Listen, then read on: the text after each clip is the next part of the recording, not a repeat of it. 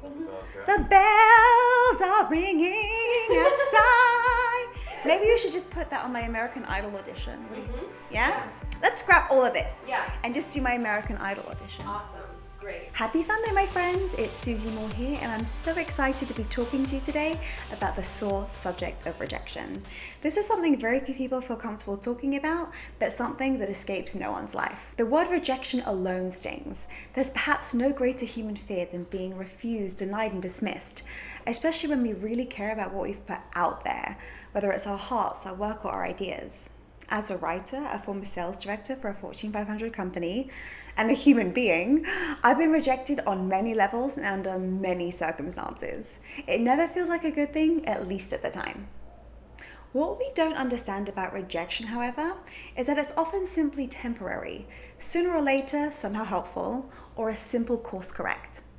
The problem with rejection is not the rejection itself, just the fact that we cannot understand the greater plan behind it in that moment. Nor do we want to, as we're too busy licking our wounds and cursing the world. Rejection only makes sense with hindsight. Here are some reasons that rejection eventually is a good thing. There's something better waiting for you. How many times in life have you looked back and realized that the job, the love interest, the apartment wasn't meant to be yours because something much better was waiting for you? I can say check to hundreds of these experiences, and it makes me laugh, often with relief now. Perhaps you were thinking too small. When I first moved to New York, I was interviewing everywhere and anywhere. I reached out to a lot of people to have coffee, share information, and network. At the time, funnily enough, it was the most senior people who made time for me. And I spent my time foolishly being upset about the others who didn't. In the end, I got the perfect job and stepping stone into this market. And those who rejected me made room for the right people who, in the end, hired me.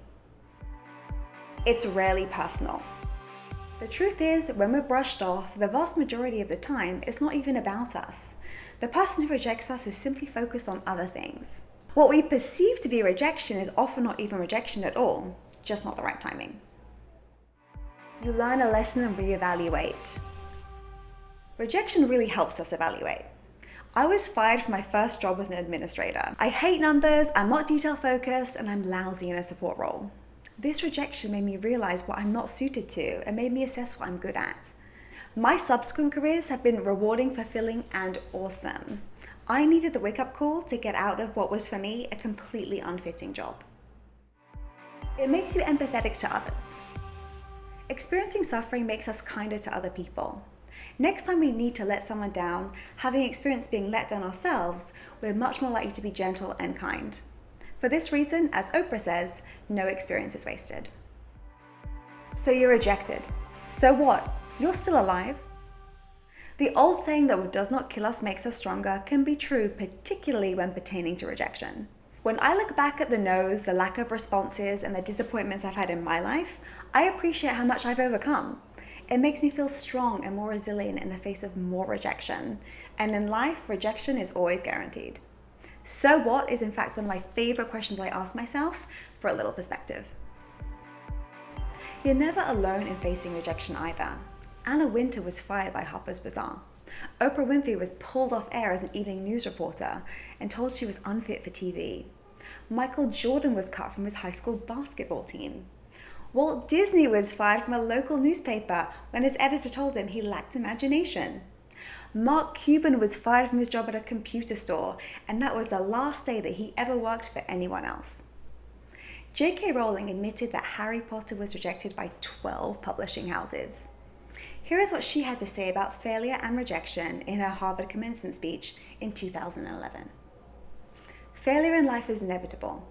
It's impossible to live without failing at something, unless you live so cautiously that you might as well have not lived at all, in which case you fail by default. So remember this, rejection might mean nothing at all. In fact, it can be a prelude to something wonderful happening, especially when we trust that there's greater meaning behind it, which in time will be revealed to us. So when you're rejected, my friend, get back up and never ever give up on your dreams. Nothing makes my day more than hearing from you. So please get back to me on today's subject and share a comment with me in the comments box. What has rejection taught you? Thank you and see you next week.